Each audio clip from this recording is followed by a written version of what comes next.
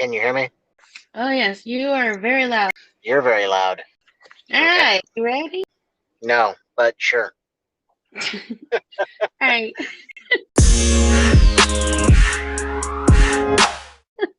Good Saturday morning at the ass crack of dawn. I am your host of What Am Dreams, a very serious title for sure. And I'm here with Dustin. we're here to talk to you about dreams. But first off, how have you been, Dustin? I've been good. I just got off work. Good. Yeah, I know, it is gross. I think I just addicted someone to an anime. Oh, wait. I thought it was gonna be something inappropriate. No. I mean, Like that's drugs. not me. I wouldn't do that. It's not what I'm about. What's the anime? Darker Than Black.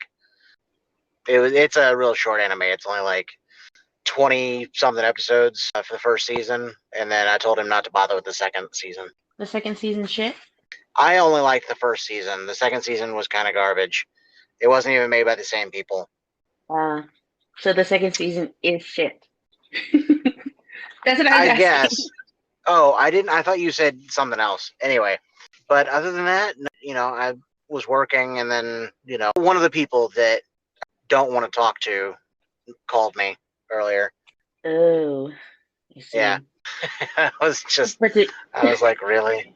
Did you talk to them anyway? She called me over Facebook Messenger. Ew. Yeah. Who does that anymore? Right. But yeah. So anyway, what about you? I mean, obviously you've been sleeping.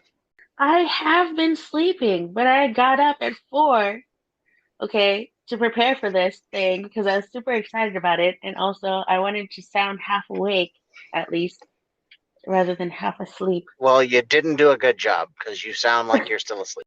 That's partially because, to be fair, I am sick, so I'd probably sound a little better if I weren't sick. Thank you very much. But besides that, I just got on spring break. Yesterday was my last day of work for spring break, so yay. Oh, sweet. For me, I am a teacher, so I was definitely waiting for this since last spring break. So. And what a perfect time to get sick.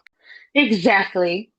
I mean, I think I've used all of my sick days, so I think I'd rather be sick on a break from now until the end of the school year when I get my days back next year.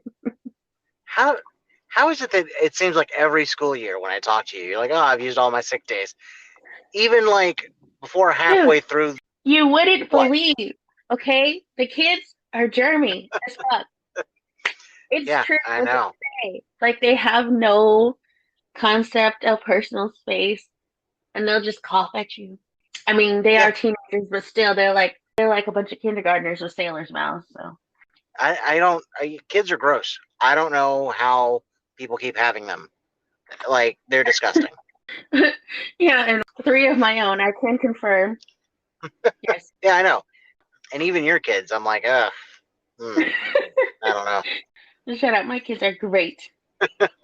They have never sneezed into my mouth or puked on me or peed on me or any of that stuff. I feel like they probably have. They have. They absolutely have. Yeah.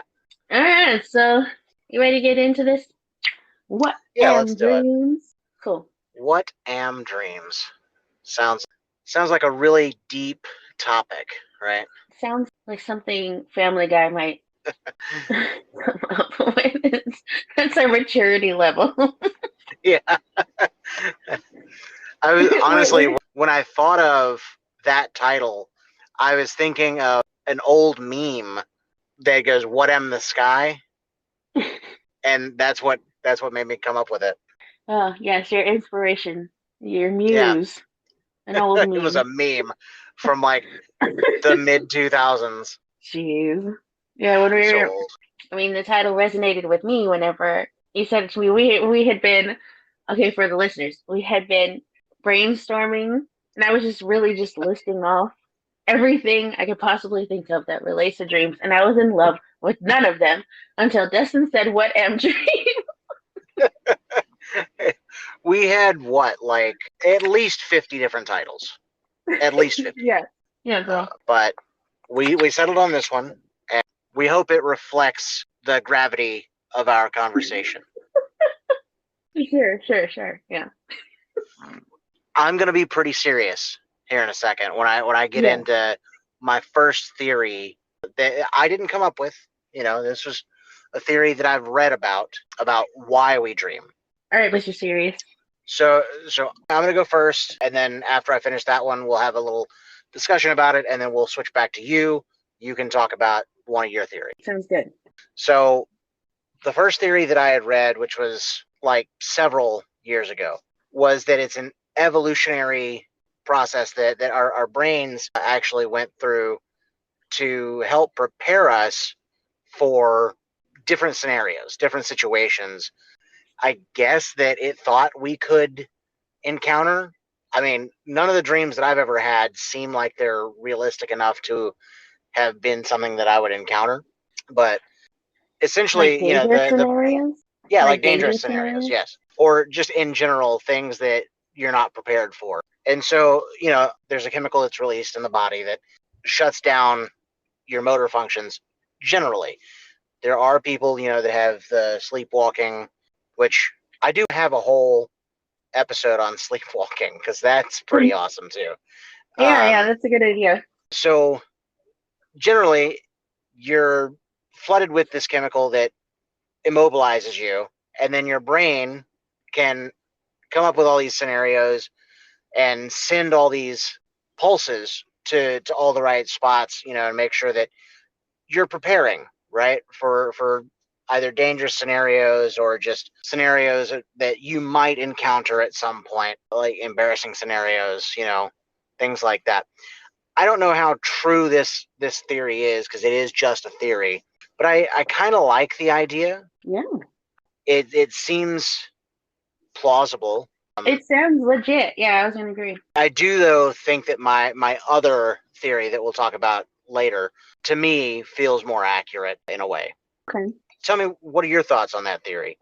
Like I said, I think it is very plausible. Like, I can see the brain being as, what's it called? Centralized? As important? I struggle for the word. As important as it is, preparing us while we're sleeping.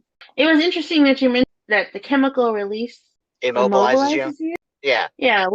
I don't remember the name of the chemical, but I do know that, like, that's what people are going through with sleep paralysis, right? Is that, like, that chemical is still going, but their brain has woken up. You're fully awake, but that chemical is still going through you, and so you're unable to actually move. Yeah, that's freaky as fuck. Yeah. Have you ever experienced that? I have never experienced it, but I've talked to people that have, and yeah, really? I'm thankful that I've never had it. Yeah, you're talking to a person right now who's experienced it. Really? Yeah. I think Fernando had said that he had experienced it, but really? like, I didn't know. Yeah, that I think either. he said he never had like the experience of the sleep paralysis demon or anything like that. He just had the like, oh, I can't move. That's weird. Yeah. I didn't. Whenever I experienced it, it was pretty scary. I didn't feel like there was a demon present whenever it happened, but it did feel like, oh shit, I can't move. Why can't I move? Like, what the fuck is happening? I need to move. Yeah. Let me wake up. It was freaky like that. For those who are listening, Fernando's my brother-in-law. We tend to hang out with. He's a pretty cool guy. I actually get the opposite. I do have a little bit of a sleep talking thing. I was told once I sang the Winnie the Pooh theme song in my sleep. That is freaky. Yeah, I would imagine for everyone else it was. Immediately no. Yeah. Especially I was a child at the time, so I always get the like shaking myself awake too, which I can't stand. Which that's also part of. So there's two theories on that, where it's one is evolutionary, like sleeping in a tree and then falling out, whatever. There's also this like thing where what's actually happening is that your body's relaxing too fast and your brain's not catching up with it, and so your brain is like, oh, I must be falling. Interesting. So yeah, I've had that a lot. The falling sensation? Yeah, me too. I had a very active dreaming experience throughout my life, especially in childhood. Yeah. Yeah. I dream almost every night. So. Yeah, I read, I guess, I don't know if it was part of a theory or if it was proven or whatever, but I read that people do dream every night, whether they wake up and remember it or not. Yeah. I just remembered this. I had the most weird experience with someone at work one time, and I don't know if you're this way or not, but they were caught off guard that I dream in color because they were like, "Oh, all my dreams are black and white," and I Oh was yeah, I like, remember you "What?" mentioning this before. That is weird. Like I That always is dream in very weird. vivid color. Like I have never seen a black and white dream. Yeah. I don't recall vivid colors. I don't recall black and white either, but I feel like there are colors. When she told me that, I was like, "What are you from fucking Pleasantville? Like, what do you mean you dream in black and Oh, white?" that's an old movie. Yeah, it is. Pulling out the references for the kids, you know. So, That give me is one of your strange. theories. Okay, so one of the theories I was looking up, and let me pull up my handy dandy notes, which are really just screenshots. Um, that dreams help us process emotion. So Oh, it's the emotional regulation dream theory that says the function of okay. dreams is to help us process and cope with our emotions or trauma in the safe space of slumber. So that kind of makes sense in some. Yeah. I feel like, and I read this too, so I don't want to sound like I thought of this, but maybe it's just a combination of theories because I feel like that's not all. But anyways, this theory suggests that REM sleep plays a vital role in emotional brain regulation. It also helps explain why some dreams are emotionally vivid and why emotional or traumatic experiences tend to show up on repeat. Hmm. Like Interesting. I've dreamt, I feel like I've dreamt pretty emotionally. At least that I'm feeling like strong emotions sometimes. Like if I dreamt, Yeah. if I dreamt I was angry at Ernesto, who's my husband, I wake up like actually feeling angry at him until like the brain fog dissipates, and I'm like, oh, that was just a dream. Yeah. Or I I I've been there. I, I get angry at I mean, Ernesto all the time too in my dreams. I bet you do. I'd be the same with my mom. Like, and this, I guess, coming off of experiences I've had with both of them where we argue. Whenever me and my mom argue, I don't know if I would consider it traumatic, but it definitely risks me in my dreams, I think, sometimes. Yeah. On that point, I can see, because there are definitely times that I have like really strong emotional dreams, specifically either, like you said, angry, because I'll wake up like annoyed about something and then I'll Yeah. realize, oh, that was just my dream. Or at times I've had bewilderment where I was just like, what the hell was that? You know? So there was one time actually that I had a dream. I forgot what it was about exactly, but I know Irene was in it, right? And I think Hmm. her and I were talking about something. And then in the dream, she hugged me, and that woke me up because Weird. apparently so far fetched for my brain to believe. It was like, no, this isn't real. Get up. And you know how Irene is, so I mean, it makes sense. Not a hugger, that's for sure. Exactly. And so that's why my brain was like, this doesn't make sense. You know, of all the random stuff like that I've dreamt, that was the thing that woke me up. That's pretty But hilarious. yeah, and then of course like the nightmares, right? Like the really strong emotional reaction to nightmares. And they don't have to be horror themed, although I do have a lot of those that are really good. I enjoy my horror themed nightmares. I actually do. I really That's do. strange. When I say nightmares, I actually mean like emotional nightmares, right? So like stuff where a loved one dies or something like that, right? Yeah. That to me, which dealing with some of the situations that I deal with, like with my dad, right? I could see how like my brain processing that emotion where it's like, hey, you need to prepare for this because eventually it's going to happen. You know what I mean? Yeah. So I I can understand see that. that. I I have the same thinking as whenever I experience the death of a loved one in my dreams. No, and I definitely wake Yeah. up like bawling because like I mean, I've had very, very strong emotional responses upon waking to a lot of my dreams. So, but yeah, I'm preparing myself for things like that. So maybe that's why it's also in my dreams.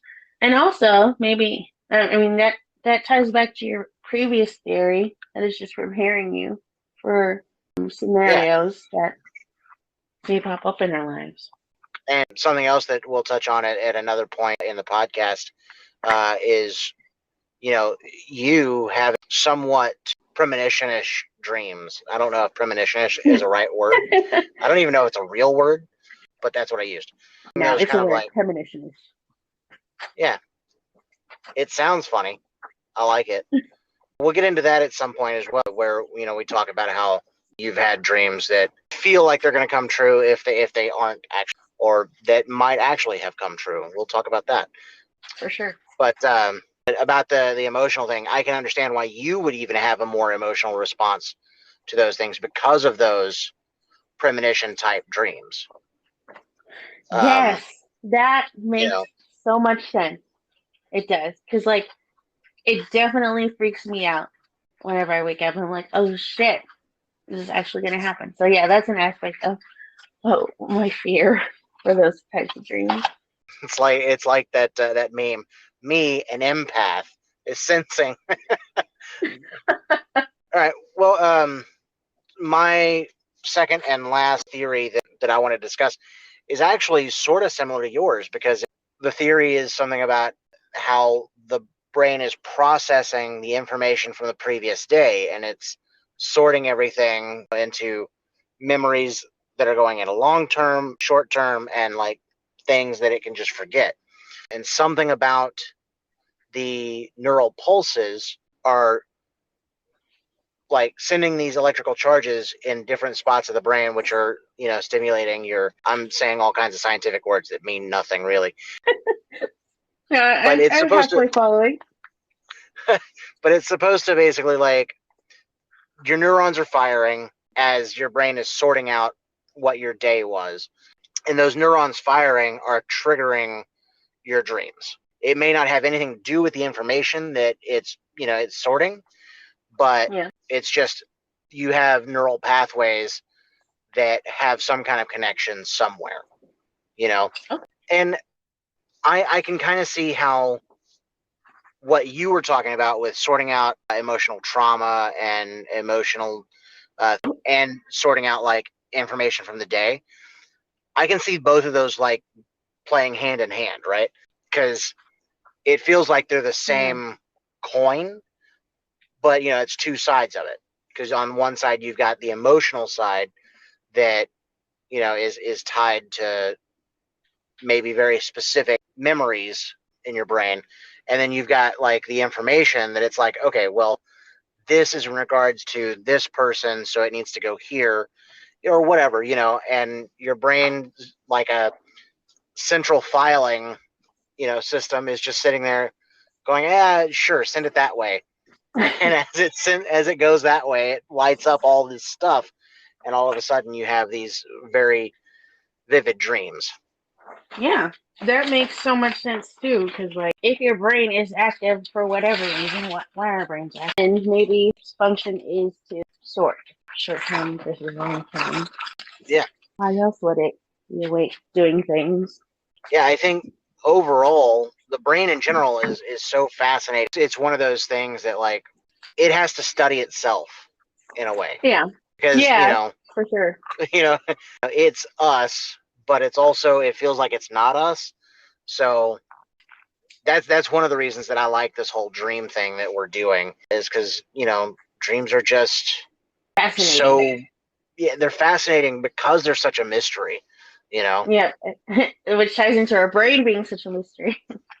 Yeah, like I've always equated dreams as being one part of your brain is telling the other part of your brain, and the other part of your brain is like completely buying it. Like, oh yeah, that totally happened. That makes sense. That's right. What else? You told me that. You told me that before. I like that comparison. The idea that our brain talks to itself. Right.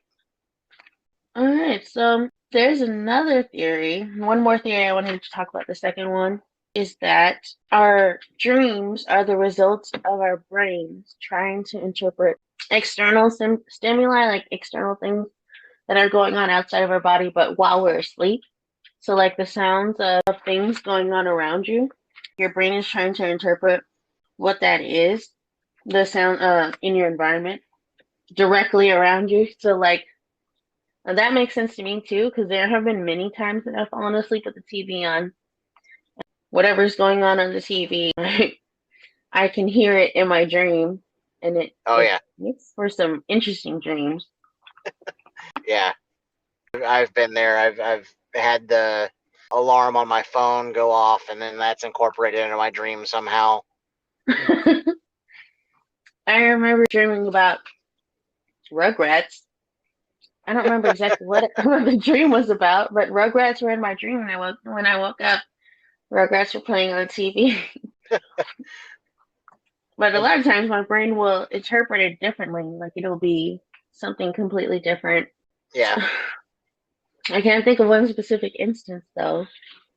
I did have cartoons on, I guess it was like Looney Tunes, playing on the TV, and in my dream, I was dreaming that I was sitting in my own house, and like characters from the Looney Tunes started appearing out from objects around the room in my dream. Like nice. Like one would come out of a little alarm clock or something, just start talking to me. This sounds like an acid trip more than a dream, but that it might. Yeah, I can't say. Never took acid. Yeah, me neither.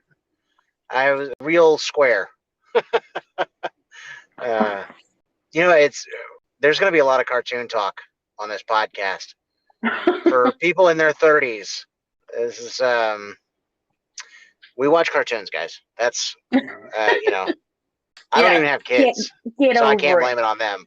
It's true. Like cartoons should be a part of everyday experience for people of all ages. Who knows? Maybe because we watch cartoons, that's why we have such vivid dreams. Exactly. This reminds me, mentioning Rugrats, I told my English team at high school, my teacher friends, I just offhandedly mentioned that I dreamt about the Rugrats. Yeah. And before, not like on a usual occasion, maybe like once or twice in my life, and one of my colleagues side-eyed me like, what the fuck? I was like, maybe I shouldn't mention my dreams anymore. Well, we'll just save them for this podcast because this is a judgment-free zone here. Yes. No judgment. I take that back. It's not a judgment-free zone. I'm going to judge you pretty harshly, but we'll get through it. I mean, we have to at a certain extent because we're going to be interpreting them. Okay, so that excuses us. Exactly. So real quick to just kind of also round out some other things, are we going to have guests on at any point to like come in and talk about their dreams? Absolutely. I think that's a great idea. What it's like to not dream. Oh. Because, apparently some people say that that's a thing. Interesting. Yeah. Just regular old schmucks. Yeah. Because I don't understand, like, people that say they don't dream. Yeah, it's kind of like akin to never reading. Yeah. Or never, like, reading a book. Although I tend to not read. I tend to just listen to the audiobooks. I mean, same thing. It's just easier. Same rules apply. Like, you're experiencing different lives as a reader or an audiobook listener. That, a normal person who doesn't read would never. Which reminds me of my bougie quote at the end of my email signature. Uh-oh. I quoted dude who wrote Game of Thrones. Oh, George R.R. Martin. Yeah, that guy. He was quoted saying something like, a reader lives 1,000 lives before he dies, where a man who reads none lives only one. Which I thought was pretty cool as an English geek. Yeah, I kind of like that. Don't really care for George R.R. Martin, but I like that quote.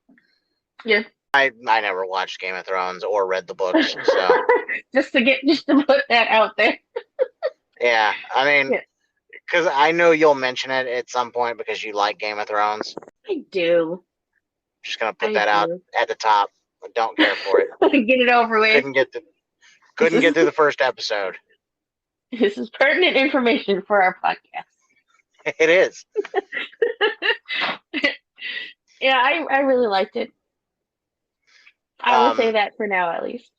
And I'm kind of enjoying the spinoff a little bit, except for the actor switch that fucking bugged me so much. But anyways, who got switched? Because I know Matt Smith was in it. I don't know if he's still in it. Okay. As far as I know, I think I'm several episodes behind right now, but he was still in it when I last watched it. Oh, okay. The main girl was not. She bugged the hell out of me. Like, they keep Matt Smith, but they choose people of older ages for every other important actor, which is nuts. Just nuts. It didn't make sense, and it bothered me the entire time. Still bothers me, just a little. Yeah. The only reason I even know Matt Smith is Doctor Who. So another show that I have to watch.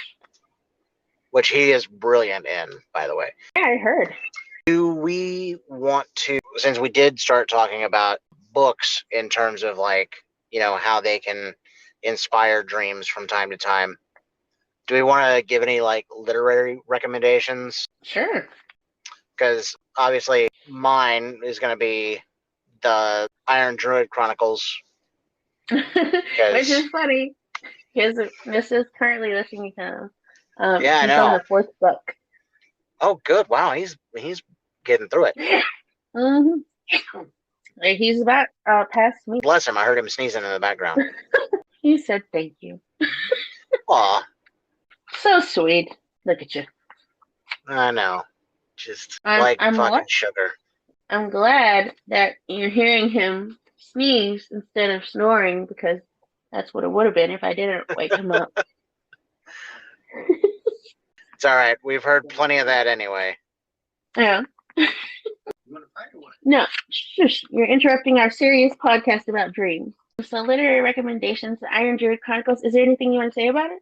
If you're into fantasy and comedy, then I would say give it Yes. I will also add, if you're into modern setting. Yeah, and talking dogs. Oh, the talking dog.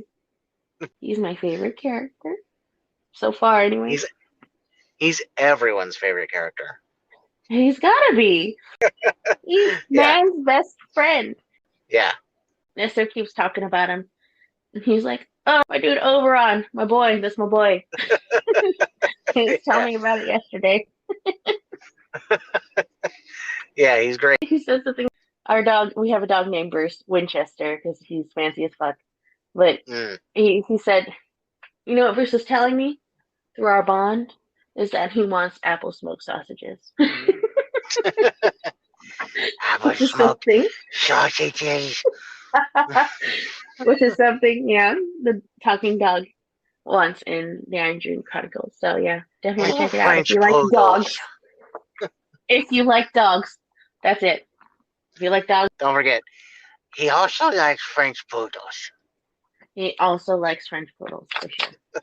I feel like you sound exactly like the voice actor, but though I cannot. I'd try, but I don't. He's still shaking his head. Yes, you do. Nice, thank you. So, what is your literary recommendation before we call this a show?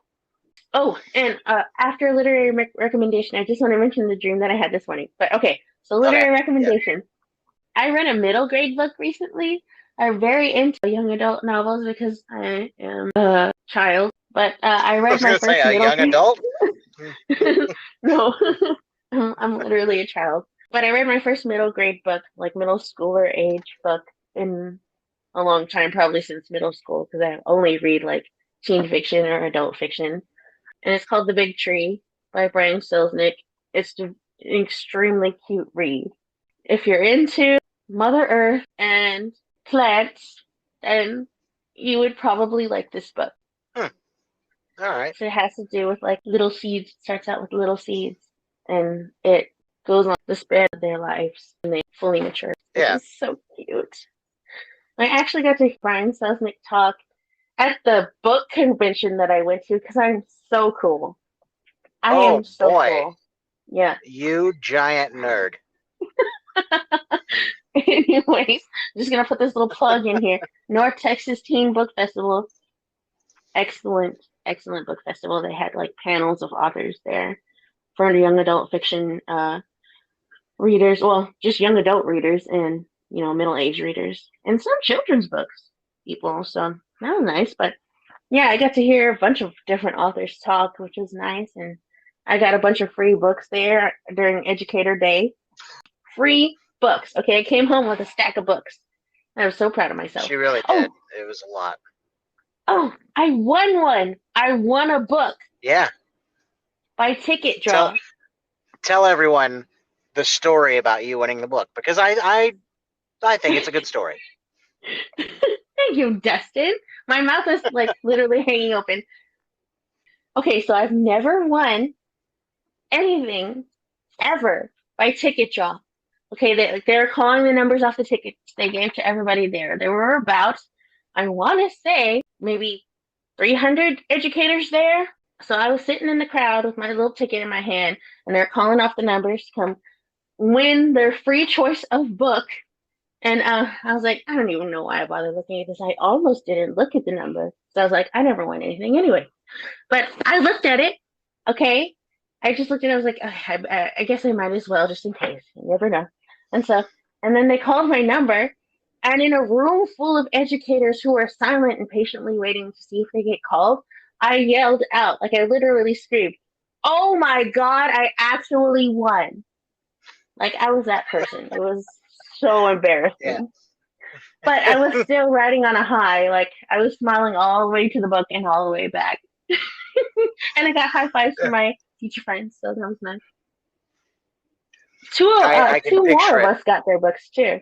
Can you picture it? Do I look cool? I can. No, not at all. Shut up. I was very cool.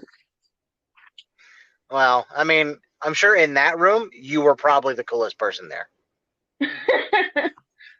Yeah, probably not, but thanks. You're welcome. It wasn't a compliment. Shut up. All right, so let me tell you about this dream I had this morning. And I recorded it in my dream journal. You know, it'd be really cool is if we could, like, find a way to play it during the recording so we can live react to it, which would be nice. This is kind of a preview of how the rest of the episodes are going to go. This podcast isn't going to be super informative like this episode was. This is going to be more this. So go ahead and tell your story. Okay, my story about my dream. I dreamt, and it was kind of broken up, and time didn't go like the way it usually goes, because, dream. But anyways, I woke up, and it was about 4 a.m. in my dream. I remember looking at the clock for the time, and I dreamt I called you, Dustin, and getting ready, and we just talked while we were getting ready for the podcast. And by talking, I mean we're like mumbling short, like nothings because we were half asleep. And for some reason, I remember falling asleep. And then I remember waking up again and checking the time. And I think it was a little late. I want to say like 6. And I was like, oh shit, I'm late for the podcast. And I was panicking, getting ready. But then I remember falling back asleep again. And then I woke up again, and it was later in the day. I want to say like 9 or 10 in the morning. And I was like, oh my God, Dustin's going to kill me. Because I had missed the podcast. And so I called you again. Oh, wait, no. Before I called you, Dustin was like, get up. We got to get ready. We got to go. And he was rushing me into the truck. We were going to meet his cousin for some reason, who worked at a mechanic's garage. So we were rushing there. When we got there, we met up with his cousin. We talked for a little bit. And he was interested in being featured in our podcast. So I was like, oh, yeah, for sure. You could be our special guest for our next podcast. and he was kind of disappointed that he wasn't going to be on the first show as like a co-host. And so we drove away. Then I called you. And the first thing you said to me, and this happened to be part of our recording for the podcast, was you son of a bitch. And then I said, welcome to our podcast for dreams. Nice. That was a lot of my morning. I dreamt a bunch of different other things too, but for the sake of time, I'll probably save it for another episode of our very serious podcast. What am dreams? That dream, let me tell you. So, going back to what we talked about, that could be you emotionally preparing for in case you missed it. Exactly. That, or my emotions manifesting, like my nervousness for possibly missing it, because I was nervous all week about shit, what if I sleep through this? Because I'm really excited about this. I don't want to miss it. Yeah. You were stressing out. Exactly. Now I have no idea what the bit about driving to his cousin's mechanic shop had to do with anything, but who knows? Probably Nestor talking in his sleep about a mechanic. Yeah, maybe. He does talk in his sleep occasionally. I will say, when I go to share some of my dreams, I think you might find them a little more interesting than some of the other people will, just because, let's say there will be some revelations that occur in these dreams, I think. Okay. Yeah, I probably will, because I am big into dreams. Yeah, same here. So, I mean, that's why we're doing the podcast. That's why we're What Am Dreams. What am dreams? What am dreams, guys? That was our first episode. I would say it went by successfully, for sure. I figure, a lot of that was our bullshitting, so. All right. Well, thanks for joining us on this crazy journey into What Am Dreams. Good night, everybody. Good night, good morning, whatever it is to you. Yes, good morning. I forgot. I'm going to sleep, so good night to me. Good night to you. For everyone. Good morning to me.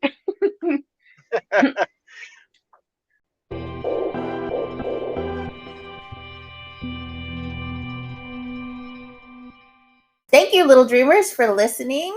Little Dreamers is our Patreon $5 subscription tier. Where can they listen to us, Dustin? You can listen to us on Anchor, Spotify, Stitcher, Sirius, Pandora, and now on YouTube. Yes, and you can find us on the socials, thanks to Dustin, on the TikToks, the Instagrams, and the Twitters. Yeah, the chat book and the face snap, those things. True. Right. We also have an email address at whatamdreams@gmail.com where you can send us your dreams, and we will rate them accordingly and probably make fun of you a little bit. Just a teensy bit. And again, thank you for listening from the bottom of our hearts. And bye. Bye. Forever. I quite enjoyed it. Yeah. You're welcome. I hope that we can keep doing this for quite a while. Me too. I plan on doing it for every Saturday for ever. Forever.